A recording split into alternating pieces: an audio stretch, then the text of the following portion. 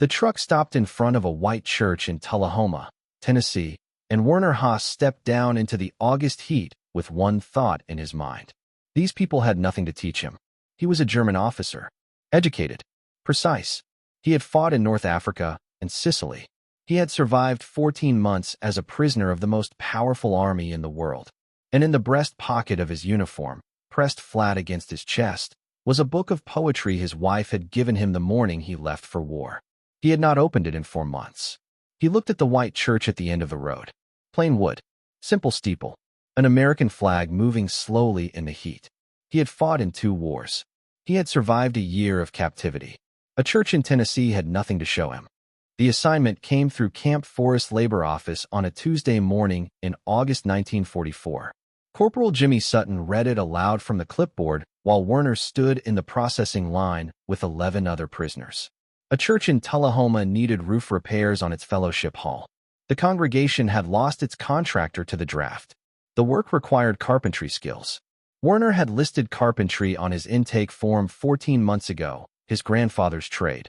Learned summers in a workshop outside Leipzig that smelled of pine shavings and linseed oil. He had listed it without thinking. A fact among facts. Now it meant a truck, a road, and a white building at the end of it. Jimmy Sutton was 24 years old and from Nashville, and had the kind of easy confidence that Werner associated with men who had never been required to examine themselves. He hummed without knowing he was humming. He called Werner Haas without rank or hostility, the way you call a neighbor by his last name. Not dismissive, simply direct. He carried his rifle the way a farmer carries a tool, present but not displayed. Werner had watched American guards for 14 months and had developed a precise catalog of their habits. They did not perform authority the way German officers performed it. There was no deliberate projection of dominance, no careful management of distance. They were simply present, doing a job, apparently unbothered by the contradictions of their position. Werner found this harder to read than hostility would have been. Hostility, he understood. This casual competence offered him nothing to push against. The truck pulled up the dirt road and stopped before the church. First Baptist Church of Tullahoma sat on a low hill at the edge of the town's main street. It was a plain building, white clapboard, simple steeple, 6 steps up to double doors that stood open in the August heat. Around the side, visible from the road, was the fellowship hall, a lower structure attached to the main building. Its roof visibly damaged along one section where a section of shingles had lifted and warped in the spring storms. A gutter hung at an angle from the eave. 2 wooden sawhorses stood in the yard with lumber stacked between them, waiting. Werner looked at the damage and assessed it the way his grandfather had taught him to assess any job. Start from the structure, not the surface. The rafter beneath the lifted shingles would need inspection before anything cosmetic was done. The gutter was secondary. The flashing around the base of the steeple junction was likely compromised too, based on the water staining visible on the clapboard below it. He was already planning the sequence of work before Jimmy Sutton had finished reading the instructions from his clipboard. Reverend Caleb Marsh was waiting in the yard.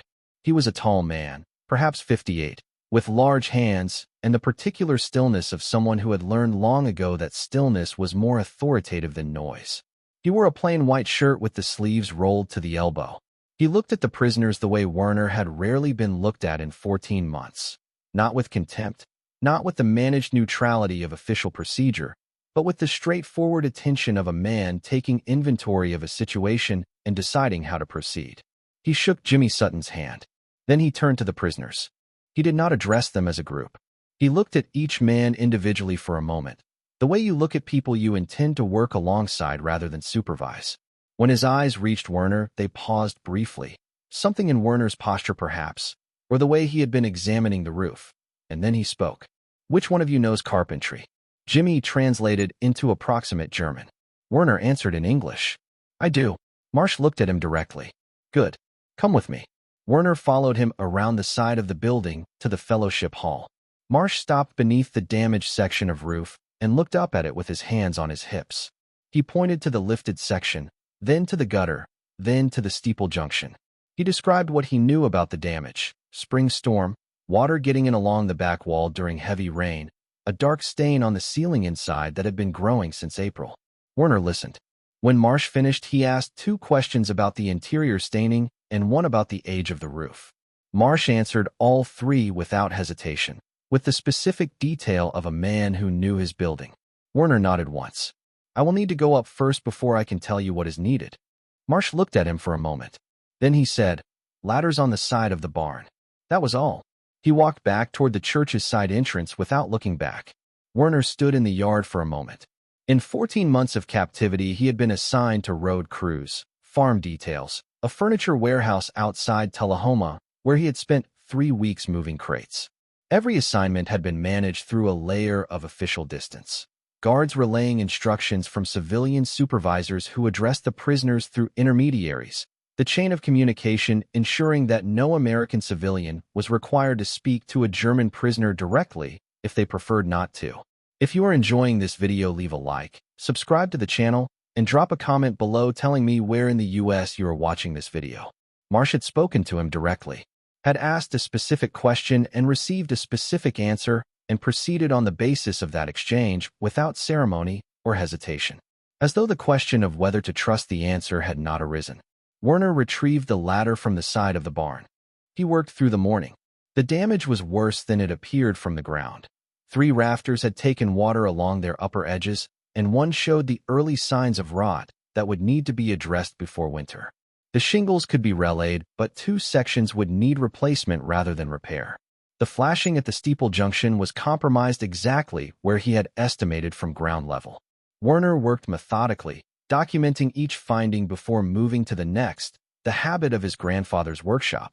You do not begin until you understand the full scope, because work done without understanding the full scope has to be undone. He made small pencil marks on the rafter ends to indicate the extent of the water damage. He tested each board with his thumbnail in the way his grandfather had shown him, pressing into the grain to feel for softness. At mid-morning, Jimmy Sutton appeared at the base of the ladder with 2 cups of coffee. Werner came down. The coffee was black and strong, from a tin percolator that he could smell had been sitting on a stove for some time. He drank it standing in the yard, looking up at the section of roof he had just examined. How bad is it? Jimmy asked. Manageable, Werner said, if it is addressed before October. Jimmy nodded as though this were a conversation between 2 men who had agreed to care about the same roof, which in that moment, Werner realized it was. He looked at the coffee cup in his hand. It was a plain ceramic mug, slightly chipped at the rim, the kind used and washed and used again until the glaze wore thin. The kind of object that existed in every kitchen in every country in the world, holding something warm. He drank the rest of it and set the cup on the sawhorse and went back up the ladder. At noon, Reverend Marsh appeared at the side door of the fellowship hall and called them in for the midday meal. Werner stopped on the ladder. He looked at Jimmy, who shrugged with the expression of a man who had learned not to be surprised by civilians. Inside, the fellowship hall was a long room with pine floors and 6 rectangular tables arranged in 2 rows. At the far end, a serving counter opened into a small kitchen from which came the smell of something warm, soup, bread, coffee. The room was set for a meal. Not a prisoner's meal, a meal, with plates and silverware and glasses of water with ice. 2 women were working in the kitchen. One Werner had not seen before, Margaret Cole, he would later learn, a widow from the congregation who volunteered 3 days a week. She was perhaps 45, compact and efficient, moving between the stove and the counter with the economy of someone who had cooked for more people than herself for a long time. The other woman Werner recognized from the brief moment when the Reverend had emerged from the side entrance earlier. Dorothy Marsh, the pastor's wife. She was setting plates at the table nearest the kitchen, her back to the room, and she did not turn when the prisoners entered. Werner sat where Jimmy indicated. The other prisoners from his detail took seats along one table. Margaret Cole brought soup without asking whether anyone wanted it. A large ladle into each bowl, the same portion for everyone, set down without commentary. Bread followed. Then coffee. Werner looked at his bowl. It was vegetable soup, thick, with what appeared to be green beans and potatoes and a piece of smoked meat at the center.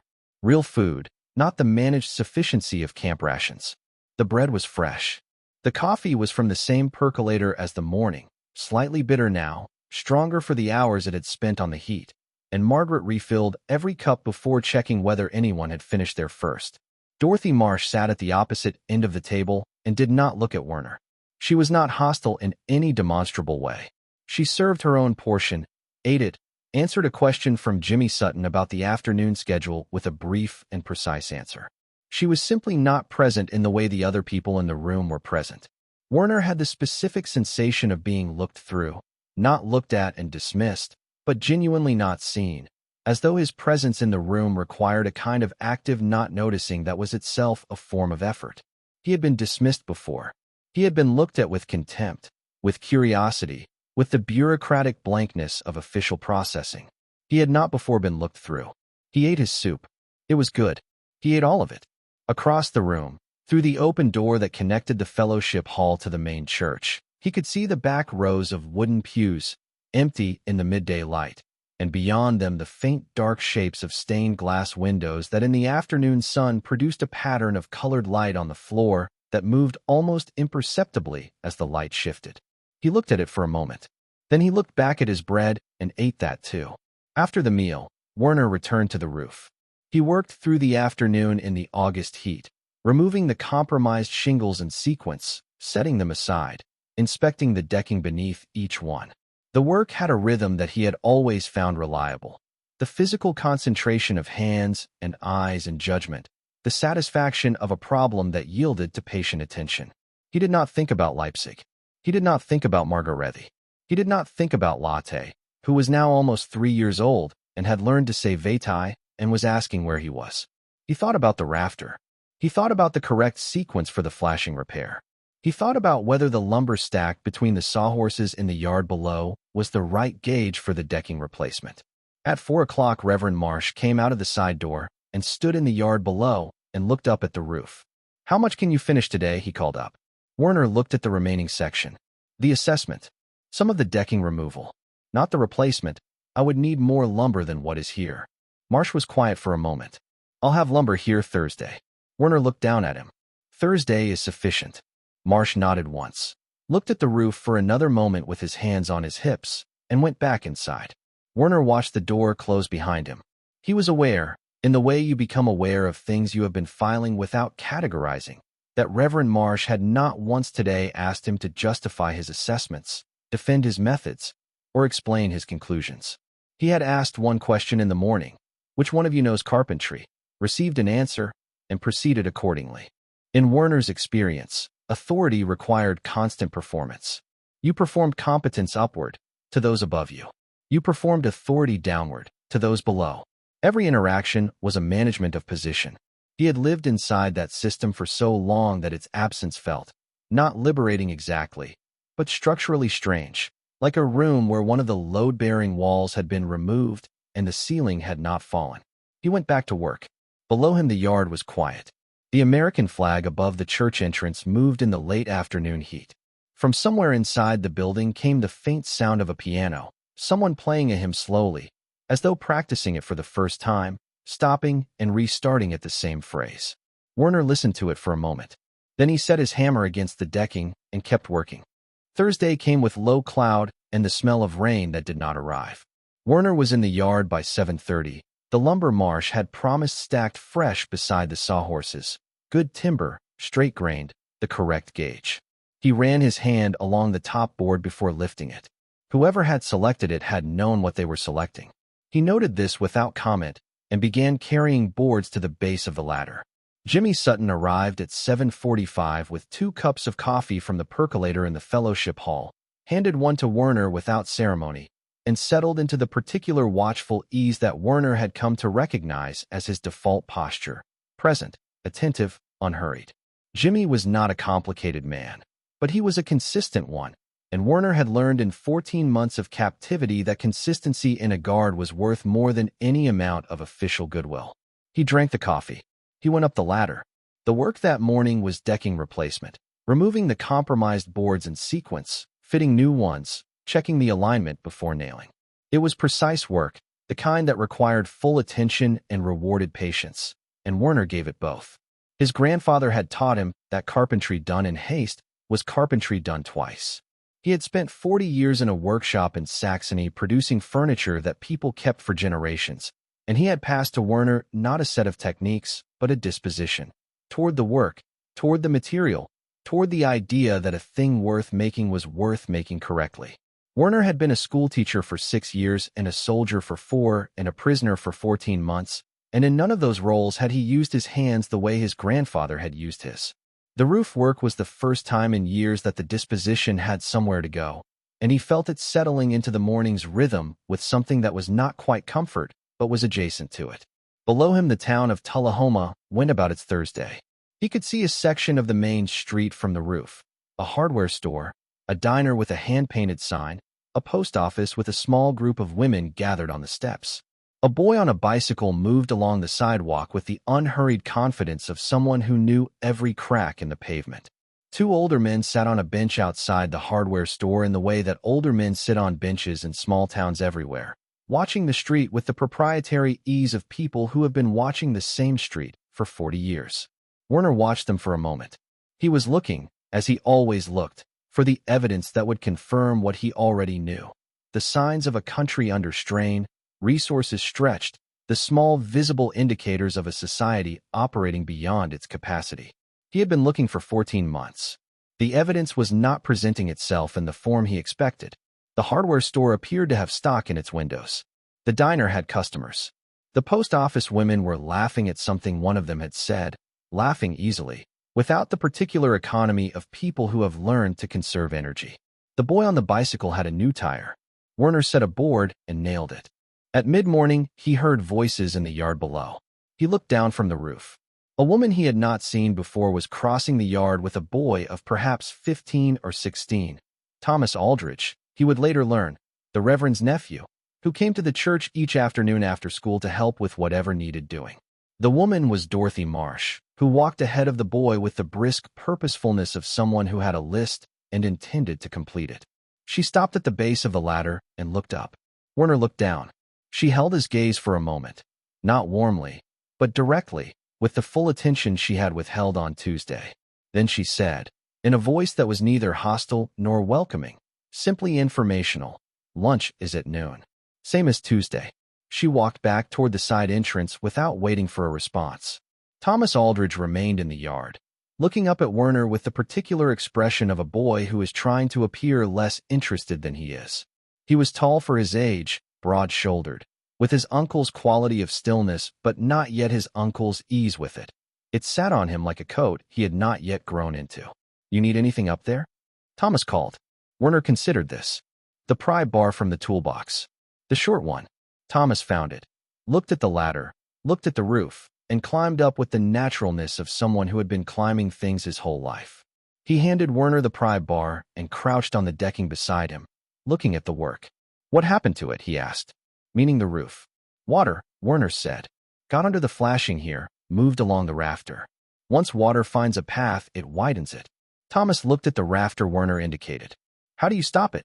"You close the path. Correctly this time." Thomas was quiet for a moment, watching Werner work the pry bar under the compromised section. "My father did roofing," he said, "before he went overseas." Werner did not respond immediately. He worked the board free, set it aside, examined the rafter beneath. "Where is he?" "France," Thomas said. "Somewhere in France. We don't always know exactly." Werner set the new board in place and held it with one hand while he reached for the hammer. Thomas, without being asked, put his hand on the other end to hold it steady. Werner nailed it. They moved to the next section. They worked like that for an hour, Werner directing, Thomas assisting, neither of them saying more than the work required. The boy was competent with his hands and did not pretend to know things he did not know, which Werner respected. He asked questions when he did not understand something and stopped asking when he did. He did not make conversation for its own sake. At one point, Thomas looked at Werner's hands on the hammer and said, "You've done this before." "My grandfather," Werner said. "He taught you?" "Yes." Thomas nodded as though this were sufficient, which it was. Lunch on Thursday was different from Tuesday in one specific way. Harold Biggs was there. Werner knew him by sight before he knew him by name. A man of perhaps 62, thick through the shoulders, with the weathered face of someone who had spent decades working outdoors, and the particular set of the jaw that Werner recognized as the outward expression of a decision already made. He was a deacon of the congregation, Werner would later understand.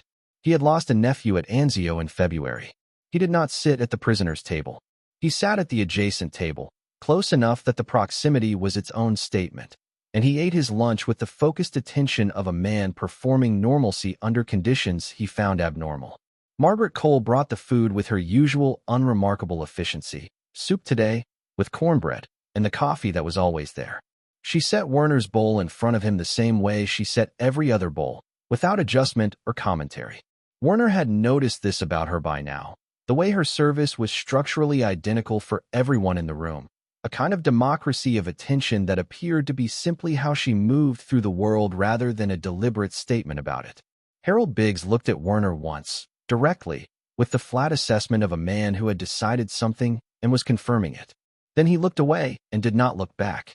After the meal, as the prisoners were preparing to return to the yard, Harold Biggs spoke. He addressed Reverend Marsh, not Werner. His voice was controlled and quiet, which made it carry further than anger would have. "Caleb, a word." Marsh set down his coffee cup. "Go ahead. Not here." A pause. "In your office. Whatever you need to say you can say here, Harold." Biggs was quiet for a moment. He looked at the table. Then he looked at Werner with the directness of a man who had decided to dispense with indirection. "My nephew Robert died at Anzio in February. He was 22 years old." He said it the way you state a fact that has become load-bearing, not for sympathy, but because it was the foundation of everything that followed. "I don't think it is right to have these men eating at our tables and working on our church." The room was quiet. Jimmy Sutton had gone still in the particular way of a man who is professionally required to let a situation develop before deciding whether to intervene. Marsh looked at Harold Biggs for a long moment. "I know about Robert," he said. "I buried Robert, Harold. I stood at that graveside with you. Then you understand what I'm saying." "I understand your grief," Marsh said. "I don't agree with your conclusion." Biggs looked at Werner again. Werner met his gaze and held it without expression. He had been a soldier. He understood what Harold Biggs was carrying. He did not blame him for it, but he did not look away. "The roof needs fixing," Margaret Cole said from the kitchen doorway. She said it without emphasis, the way you state something self-evident. Then she went back to the kitchen. Harold Biggs picked up his hat from the table. He looked at Marsh with the expression of a man filing a position for the record. "I've said what I needed to say." He left through the side door. The room exhaled. Werner looked down at his coffee cup. The coffee had gone cold. He drank it anyway. Thomas Aldrich, seated at the end of the table, was looking at the door through which Harold Biggs had left. His expression was complicated, not agreement, not dismissal, something in between that Werner recognized as the expression of a young person encountering the full weight of a situation they had previously understood only partially. Marsh picked his coffee cup back up. He looked at Werner. "Back to work," he said, not unkindly, simply as the next thing. Werner stood up and went back to work. He thought about Harold Biggs on the roof that afternoon. He thought about him with the same precise attention he applied to rafters and flashing, not emotionally, but structurally. He was trying to understand the geometry of what had happened in the fellowship hall. In Germany, a man with Harold Biggs's grievance expressing it to a superior in front of subordinates would have understood the risks of that expression before he opened his mouth. The social calculus would have made the calculation for him. Authority was not to be questioned openly. Grief was a private matter. The correct posture was compliance. Marsh had not punished Biggs for speaking. He had disagreed with him, directly and without apology, in front of everyone, and then returned to his coffee as though the disagreement were simply the next item in a normal morning. Biggs had stated his position. Marsh had stated his. Neither man had required the other to capitulate. Werner nailed a board. He was aware that he was filing this under the category of things he did not yet have the correct framework to evaluate. The category had been growing since his arrival in America. It was, he was beginning to acknowledge, somewhat larger than he had expected it to be.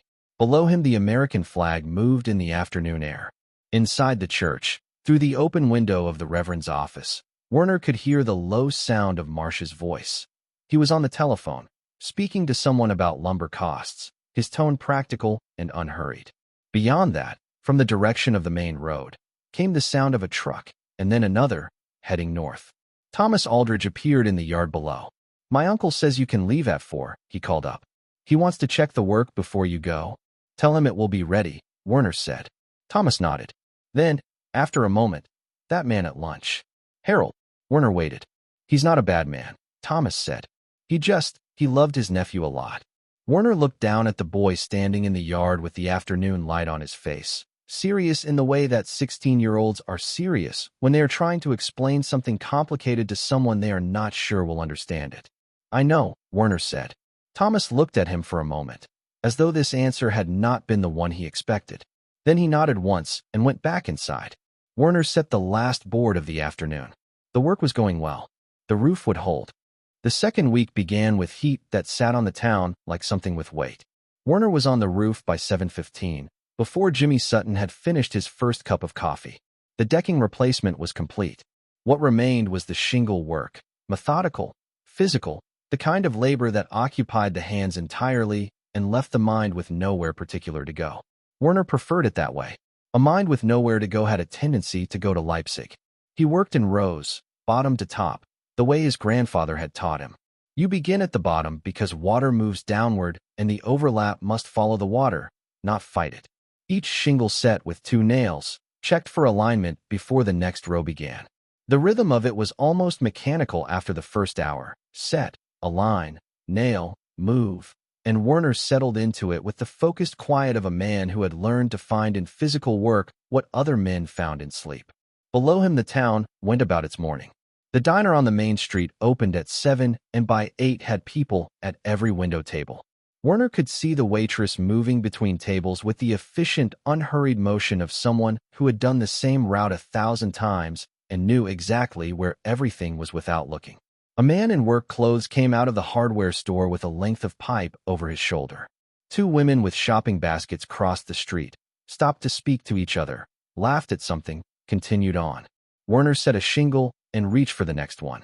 He had been watching American civilians for 14 months, on work details, through truck windows, from the edges of things, and the picture that had accumulated was consistently and stubbornly at odds with the picture he had been given.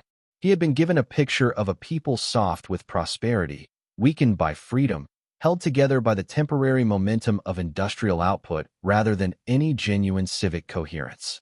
A nation of transactions rather than convictions. What he saw was different from that. Not dramatically different. Not in the way of a revelation. But different in the accumulation of small things. The waitress who knew her route without looking, the hardware store man with the pipe, the women who stopped to laugh. A town functioning. Not performing function. Actually functioning. In the unremarkable way of a place that had been doing so for a long time and expected to continue. He filed this, as he filed everything, without conclusion. Harold Biggs came to the church at 10 o'clock. Werner heard him before he saw him. The side door opening, voices in the fellowship hall, the particular resonance of a building with people moving through it. He did not look down immediately. He was mid-row and did not break his rhythm for anything short of necessity. When he did look down, Harold was standing in the yard. He was not looking at Werner. He was looking at the section of roof that had been completed, the new decking visible at the edges where the old shingles had not yet been replaced, the repaired flashing at the steeple junction, the rehung gutter that now sat level against the fascia. He stood with his hands in his pockets and looked at the work with the unhurried attention of a man who knew enough about construction to have an opinion about what he was seeing. Werner continued working. After several minutes, Harold went inside. He reappeared twice more during the morning, once to speak briefly with Thomas Aldridge in the yard, once to carry a box of hymnals from the fellowship hall to the main church entrance. Both times he passed through the yard without addressing Werner and without the deliberate not noticing of Tuesday. He was simply present, doing things, occasionally in the same space as Werner without requiring that space to mean anything. Werner noted the change without interpreting it. It was data without a conclusion yet. He had learned patience with data that resisted conclusion. At mid-morning, Thomas climbed the ladder with the coffee. He had taken over this task from Jimmy Sutton without anyone formally assigning it to him. It had simply migrated to Thomas the way tasks migrate to willing people in functioning places, through proximity and inclination rather than instruction. He handed Werner the cup and crouched on the decking in the way he had done on Thursday, looking at the work with the genuine curiosity of someone building a vocabulary for something new. Harold was looking at the roof. Thomas said. "I know," Werner said. "I saw him. He built the original fellowship hall. 15 years ago. He and 3 other men from the congregation, over one summer." Thomas paused. "He knows what good work looks like." Werner drank his coffee and said nothing. Thomas looked at the row of shingles Werner had completed that morning. Straight, tight, the alignment exact. My father would have said the same thing Harold said yesterday, Thomas said. Before he went to France. He would have said it louder, probably. Werner looked at him. But he also would have come to check the work this morning, Thomas said. Same as Harold. He went back down the ladder. Werner sat on the roof with his coffee and looked out over the town for a moment. The diner, the hardware store, the post office, the water tower at the north end of the main street. The American flag above the church entrance moved in the morning heat. Somewhere below him, inside the building, someone had begun playing the piano again. The same hymn as before, practiced again at the same phrase that had stopped them last time, this time getting one measure further before stopping. He finished his coffee. He went back to work. That afternoon Dorothy Marsh came into the fellowship hall while Werner was measuring the interior wall for the water-staining assessment Marsh had requested. She came through the kitchen door with a basket of folded linens and began setting them in the storage cabinet along the far wall. She moved through the room with the same focused efficiency she brought to everything, the same quality of a person who had organized her life into tasks and was working through them. Werner measured. She folded. The room was quiet except for the sounds of their separate work. After several minutes, Dorothy spoke without turning from the cabinet. You're making progress on the roof. Yes, Werner said. Caleb said another week, perhaps 10 days. That is correct. She folded a linen and placed it in the cabinet. Where did you learn carpentry? Werner marked a measurement on his notepad. My grandfather. He was a cabinet maker. In Germany. In Saxony. Outside Dresden. Dorothy was quiet for a moment. She took another linen from the basket. My son Robert built a bookcase once. He was 14. It leaned terribly to one side. She paused. He was very proud of it. Werner did not know what to do with this. He wrote the measurement on his notepad and moved to the next wall. He died in February, Dorothy said. At Anzio. I know, Werner said quietly. I am sorry. The words came out before he had decided to say them, which surprised him. He did not apologize as a habit. He was precise with language, and apology was imprecise. It claimed a connection between cause and consequence that was rarely as clean as the word suggested. But the words had come out, and they were true, and he let them stand. Dorothy placed the last linen in the cabinet and closed it. She picked up the empty basket. She did not turn around. He was 22, she said. He wanted to be an architect. She went back through the kitchen door. Werner stood with his notepad in the empty fellowship hall and looked at the wall he had been measuring. The water stain on the plaster was roughly the shape of a country he could not immediately identify. He stared at it for a moment. Then he wrote the last measurement and closed his notepad. On Friday evening, the congregation held its weekly prayer meeting. Werner knew about it because Thomas had mentioned it in passing. 30 or 40 people, sometimes more, gathering on Friday evenings to pray together before the week ended. Werner's work detail ended at 4:30 and he was in the truck and back at camp by 5. He was not present for the prayer meeting. He would never be present for it. It was not part of his assignment. But on Friday afternoon, at 4 o'clock, he was still on the roof finishing the final section of shingles for the week when the first members of the congregation began arriving through the main entrance below. He watched them from the roof. They came in ones and twos and small family groups. Older men and women, younger women with children, a few men of middle age who moved with the slight stiffness of people carrying physical work in their bodies. They greeted each other at the door with the ease of people who had been greeting each other at the same door for years. Some carried dishes. Some carried children. A man Werner had not seen before held the door open for everyone who arrived behind him and did not stop holding it until the last person was through. Werner set the last shingle of the week. He began gathering his tools, working from the top of the roof downward, the way his grandfather had taught him to end a day's work. Methodically, everything in its place, the site left in better condition than you found it. He was not looking at the congregation below. He was looking at his tools. But he could hear them. Through the open windows of the church, the sound of the gathering came up to him. Not the words, just the texture of it. The particular sound of people who know each other assembling in a familiar place for a familiar purpose. Laughter. A child's voice asking something. The sound of chairs being moved. Then quiet. Then a single voice. Marsh's voice. Werner recognized the register of it. Beginning something that was not a sermon. Too conversational for that. Too direct. Werner could not hear the words. He packed the last of his tools into the box and sat for a moment on the roof with the toolbox beside him and the late afternoon light on the town below.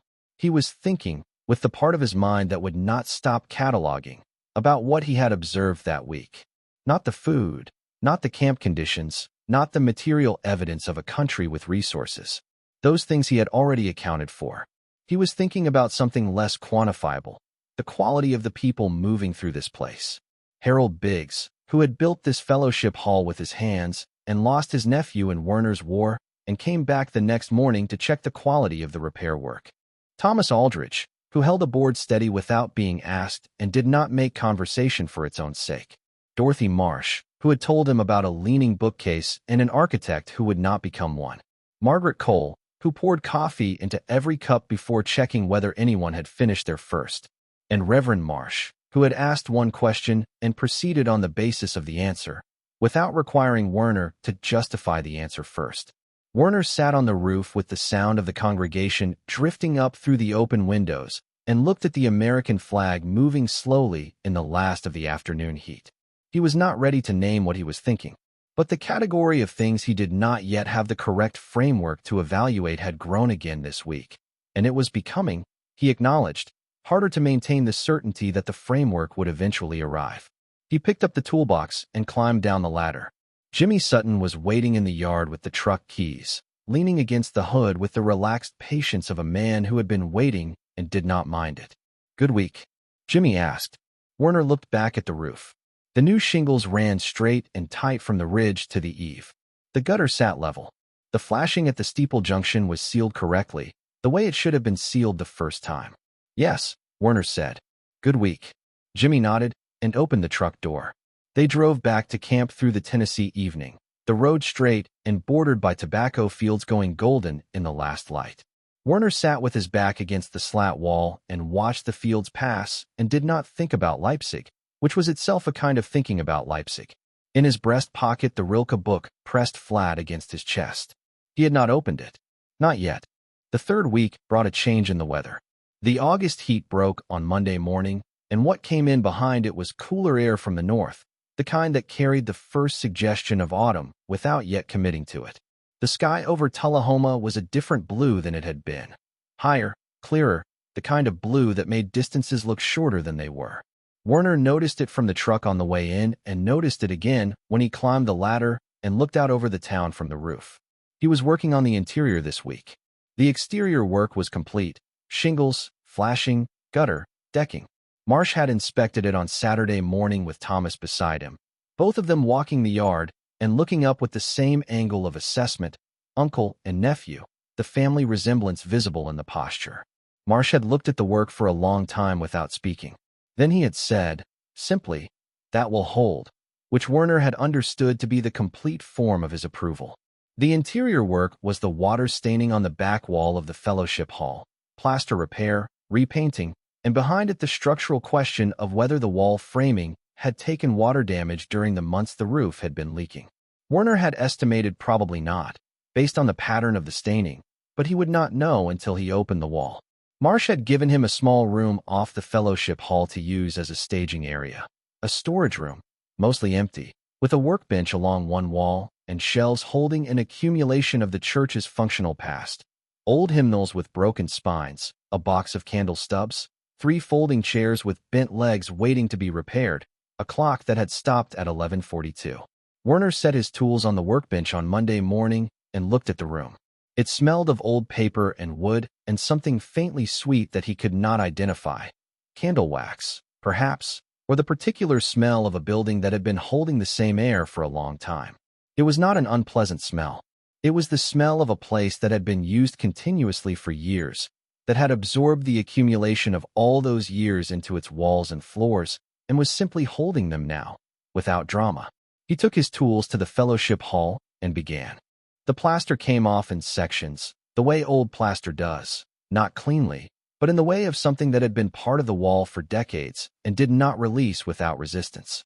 Werner worked carefully, removing only what needed to come off, preserving the surrounding surface where it was sound.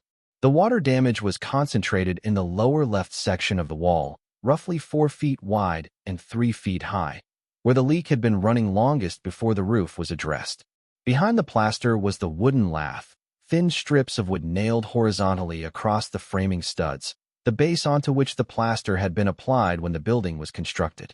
Some of the lath was discolored from the water, but structurally intact.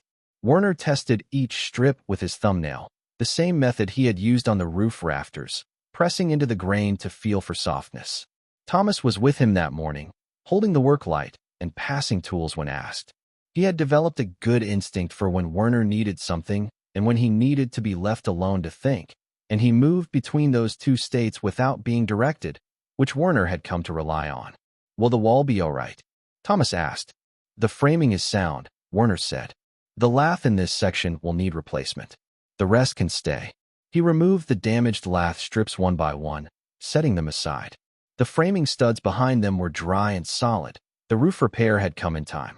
Werner felt the particular satisfaction of a problem contained before it became a larger problem. This was, he thought, the most honest form of competence. Not solving catastrophes but preventing them. Doing the right work at the right time so that the catastrophe did not arrive. He was removing the last section of damaged lath when his pry bar caught something behind the framing. Not resistance, the framing was where it should be, but something between the framing and the exterior wall sheathing, in the cavity that should have been empty. A softness behind the wood. He stopped. He put down the pry bar and used his hand, reaching into the cavity, feeling along the stud. Paper. Folded paper, wedged into the cavity between the stud and the sheathing. He worked it free carefully. It was a piece of writing paper, folded twice, the folds gone soft with age and humidity. The paper itself was not damaged. The cavity had been dry until the recent leak, and whatever moisture had reached it had not penetrated this far. He held it in his hand for a moment without opening it. Thomas had gone still behind him. Werner could feel the boy's attention without looking. He unfolded the paper. The handwriting was neat, slightly formal, the penmanship of someone who had been taught to write carefully and had done so. The ink was faded to a blue-gray, but legible. He read it once. Then he read it again. It was a prayer. Not a formal prayer, not liturgical language, not the structured cadences of a written devotion. It was a personal prayer, written in plain English, the language of someone talking to God the way you talk to someone you know well, without performance. The date at the top was September 1918. The name at the bottom was Robert Cole, a different Robert, not Dorothy's son, an earlier Robert, a man who had gone to a different war. Werner stood in the open wall and read it a third time. The prayer asked for safety, his own safety, and the safety of the men in his unit, whose names he listed by first name only, 8 names in a row. It asked for the protection of his mother and his 2 sisters. It asked, in language that was neither elaborate nor self-conscious, for the strength to do what was required of him without losing the part of himself that knew it was wrong to enjoy it. And at the end, in the same plain handwriting, in the same matter-of-fact tone as everything that preceded it, a prayer for the German soldiers on the other side of the line, that they might also come home, that their mothers might also be spared, that God, who Werner took from the context of the prayer to be understood as belonging to no army, might hold all of them, in the same regard. Werner read that last paragraph 4 times.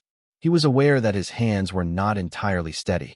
He was aware of Thomas standing behind him, and of the work light casting its flat illumination on the open wall, and of the smell of old plaster dust in the air, and of the sound of Margaret Cole moving in the kitchen on the other side of the fellowship hall, and of the faint distant sound of the town going about its Tuesday morning. He was aware of all of these things with the heightened peripheral clarity that arrives when something at the center of your attention has stopped your ordinary processing. He stood in the open wall and held the paper and did not speak. Thomas said nothing. This was the right instinct, and Werner was grateful for it. The boy stood with the work light and waited, and the waiting was neither awkward nor pressured. It was simply the space a person leaves when they understand that something is happening that does not require their participation. After a long moment, Werner folded the paper along its original folds and held it in his closed hand. He turned and walked through the fellowship hall to the small storage room, where he sat on the workbench and set the folded paper in front of him and looked at it. Robert Cole, September 1918. A prayer for German soldiers. He tried to locate the frame that would make this make sense, the framework he had been carrying for years, assembled from what he had been taught, and what he had observed, and what he had concluded. The framework that said this country was shallow, transactional, held together by material prosperity rather than genuine conviction. The framework that had survived 14 months of captivity and 12 days of working at this church, and 3 cups of coffee with Jimmy Sutton, and 1 conversation with a boy about his father in France. The framework did not accommodate Robert Cole's prayer. Not because the prayer was grand or eloquent or theologically sophisticated. It was none of those things. It was a young man in 1918 crouching over a piece of paper before he shipped out to France and writing down what he actually believed, in the plainest language he could find, and then folding it and placing it in the wall of his church, not for anyone to find, not as a statement, simply as an act of leaving something true in a place that would hold it. Werner looked at the stopped clock on the shelf. 11:42. He wondered what had stopped it. He wondered how long it had been sitting there. He reached into his breast pocket. He took out the Rilke book. He held it in his hands for a moment. Small, worn at the corners, the cover softened by a year of being pressed against his chest. He could feel the slight difference in the paper stock of the pages near the front, where Margarethe had been in the habit of pressing flowers when she was young, a habit she had told him about once, laughing at herself for it. He had never verified whether there were flowers in this copy. He had not opened it in 4 months. He opened it. There were no flowers.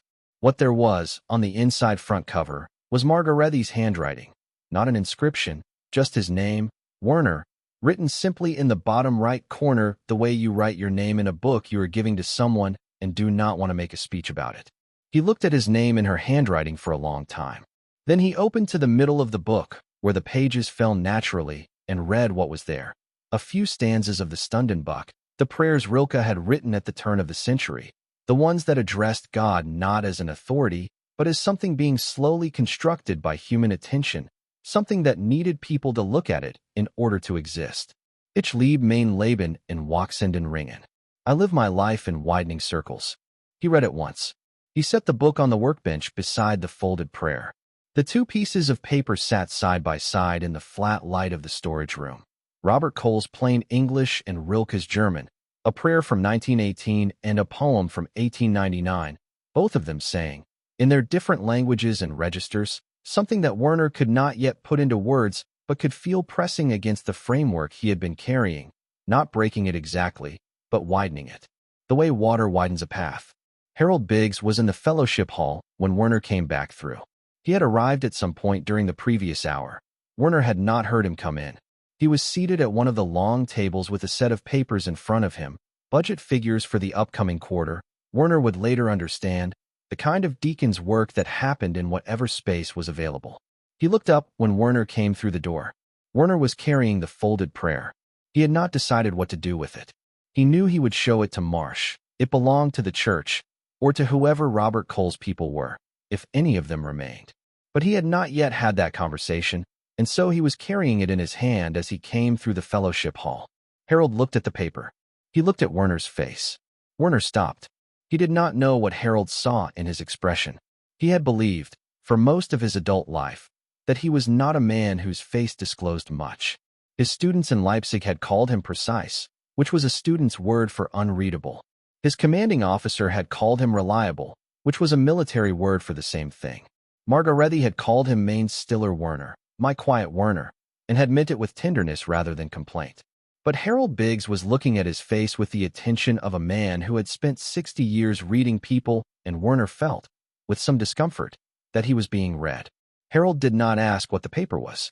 He looked at Werner's face for a moment longer. Then he looked back at his budget figures. Werner walked through to the yard. He told Marsh about the prayer that afternoon. He laid it on the desk in the small office off the main entrance and stood back while Marsh read it.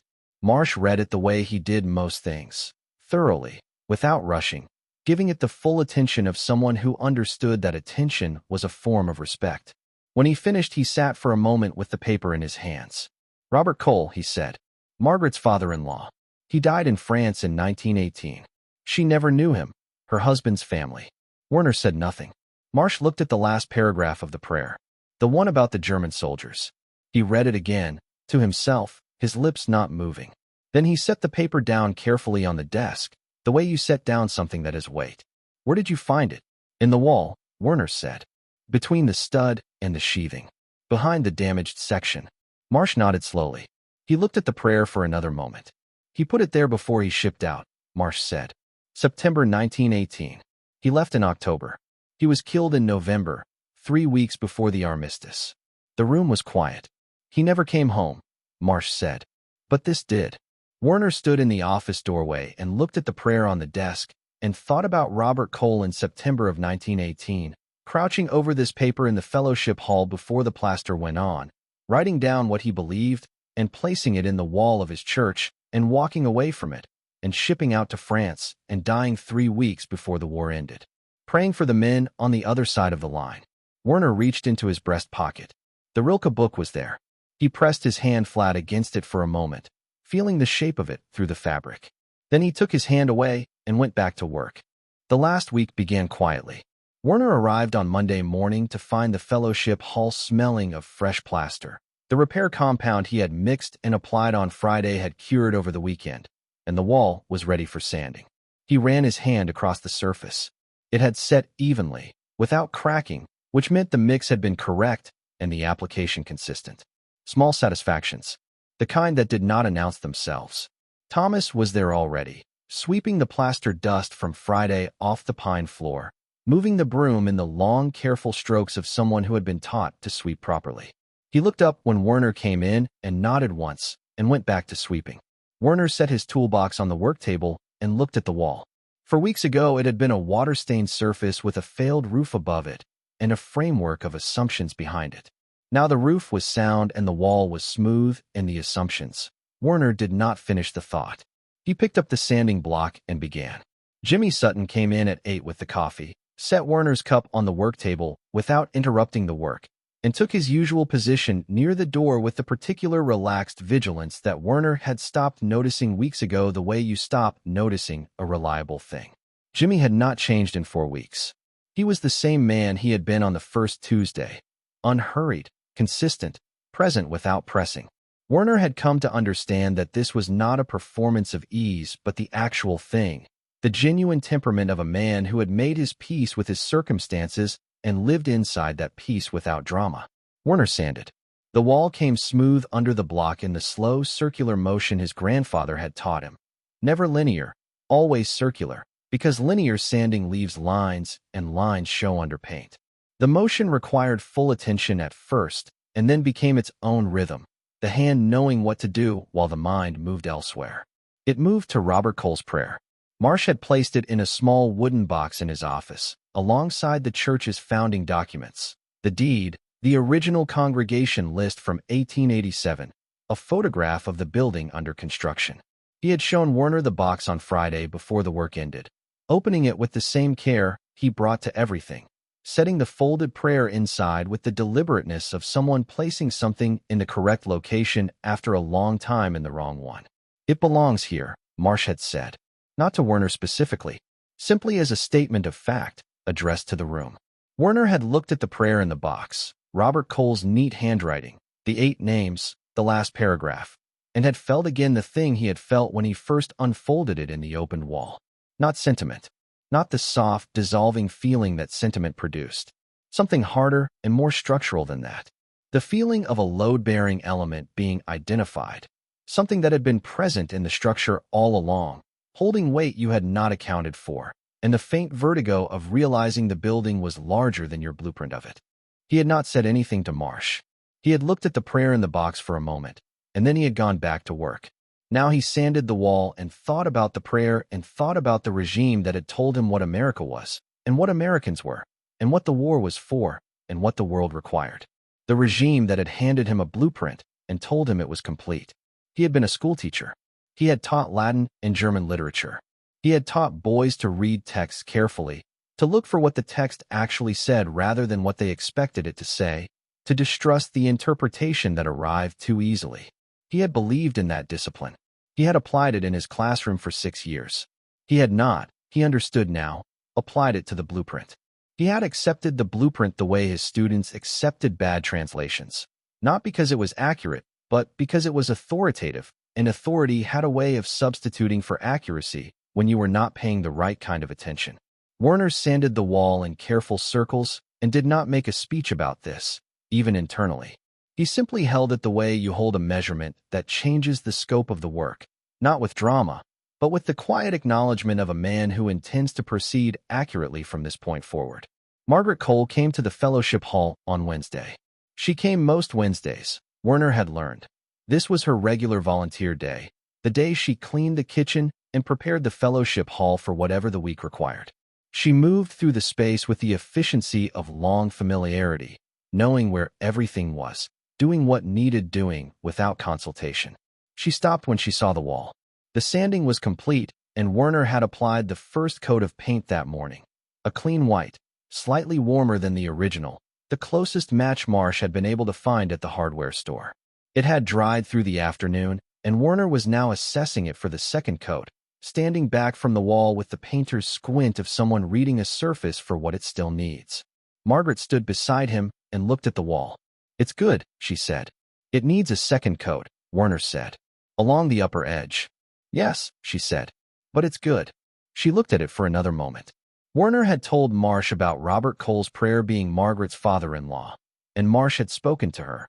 Werner did not know what had been said, only that Margaret had been quieter than usual on Thursday, and that she had taken a long time in Marsh's office before emerging and returning to the kitchen with her face composed and her movements slightly more deliberate than their normal efficiency.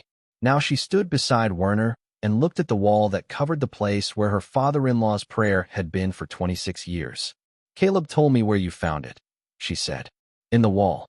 "Yes. He would have put it there before the plaster went on," she said. "He was on the building crew. 1918, before he shipped out." She paused. "My husband never knew his father. He was born in 1919. After." Werner looked at the wall. "He prayed for them," Margaret said. "The Germans." "Robert did. Caleb showed me." "I know," Werner said. "I read it." Margaret was quiet for a moment. Then she said, without accusation or sentiment, in the same informational tone she used for everything, "I'm glad it was you that found it." She went back to the kitchen. Werner stood in front of the wall for a long moment. Then he picked up the brush and began the second coat. Harold Biggs came on Thursday afternoon. Werner was on the exterior, making a final inspection of the shingle work, going over each section from the ground with the methodical attention of someone signing their name to something. He wanted to be certain before he left. Not for Marsh, not for the congregation. For the work itself, which was its own standard and did not negotiate. Harold came around the side of the building and stopped in the yard. He looked at the roof. He stood with his hands in his pockets and looked at it the way he had looked at it on that first Thursday. The same posture, the same unhurried assessment, the same quality of attention from a man who had built this fellowship hall with his hands 15 years ago and knew what he was looking at. Werner continued the inspection. He moved along the yard, changing his angle, checking the line of the gutter, the profile of the flashing at the steeple junction, the edge alignment of the new shingles against the old. He was aware of Harold in the yard behind him and did not adjust his movement for the awareness. After several minutes, Harold spoke. He did not look at Werner. He kept his eyes on the roof. "It's good work," he said. 4 words.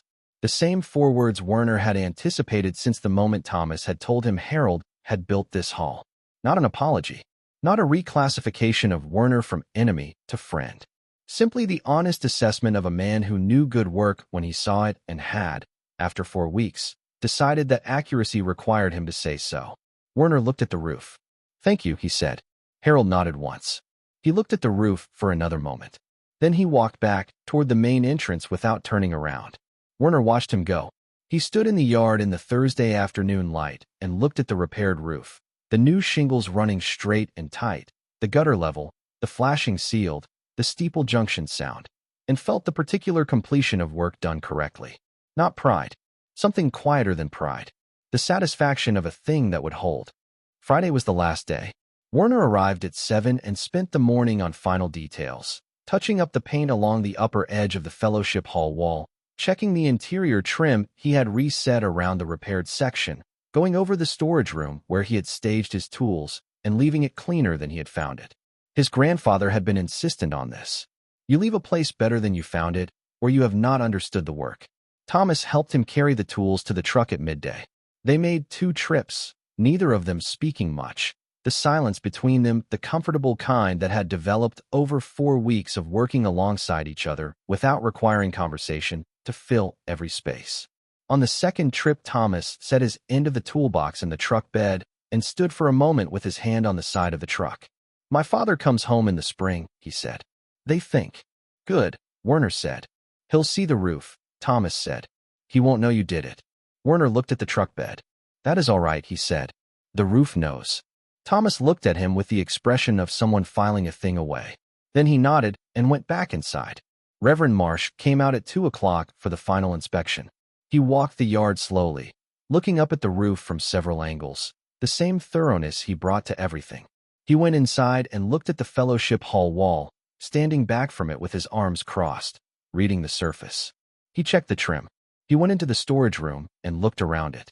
He came back to the yard where Werner was waiting. "It's exactly right," Marsh said. Werner said nothing. There was nothing to add to exactly right. Marsh looked at him for a moment with the direct, unhurried attention that Werner had come to understand was simply how this man looked at things he was taking seriously. "I'd like to pray before you go," Marsh said. "If you're willing." Werner had not been inside the main church in 4 weeks. He had worked beside it, heard it, smelled it, listened to its piano and its congregation through open windows. He had not been inside it. He looked at Marsh. "Yes," he said.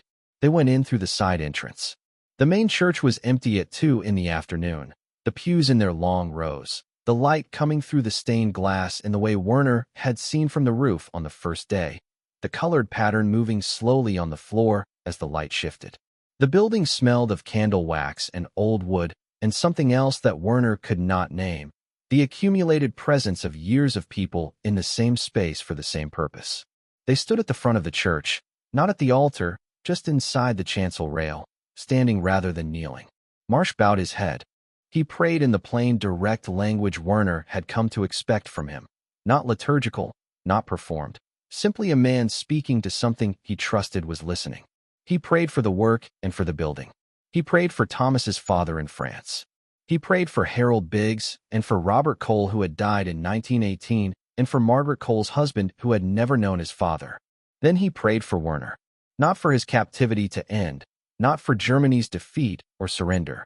He prayed for Werner's wife and for his daughter Lotte, who was almost 3 years old and was asking where her father was. He prayed that they were safe in Leipzig and that Werner would see them again. He prayed for this in the same tone and with the same conviction as everything that preceded it, without qualification, without the careful diplomatic distance of a man praying for an enemy, because protocol required it. He prayed for them because he meant it. Werner stood in the colored light of the empty church with his hands at his sides and his eyes open and listened to an American pastor pray for Margaretti and Lotte by name in a Tennessee church on a Friday afternoon in August 1944. He did not move. He was thinking about the framework, the blueprint that had told him what this country was, what these people were, what the war required. The blueprint that the regime had handed him and that he had carried without examining it with the same rigor he had required of his students. He reached into his breast pocket. He took out the Rilke book. He held it in his hands while Marsh finished the prayer, feeling the worn corners, the softened cover, the slight difference in the paper stock near the front where Margaretti had once pressed flowers when she was young. When Marsh said Amen, Werner opened the book. Not to read. He turned to the inside front cover and looked at his name in Margaretti's handwriting. Werner, in the bottom right corner, written simply, without speech. He looked at it for a long moment. Then he took the folded paper from his jacket pocket. He had been carrying Robert Cole's prayer since Marsh had shown him the wooden box, had asked to carry it for the final week, and Marsh had understood why without being told. And he placed it inside the front cover of the Rilke book, beside his name in his wife's handwriting. 2 men who had gone to war. 2 pieces of paper. 1 framework that had told him the enemy had no soul, and 1 prayer written in 1918 by a man who had prayed for the souls on the other side of the line before walking into a war that would kill him. Werner closed the book.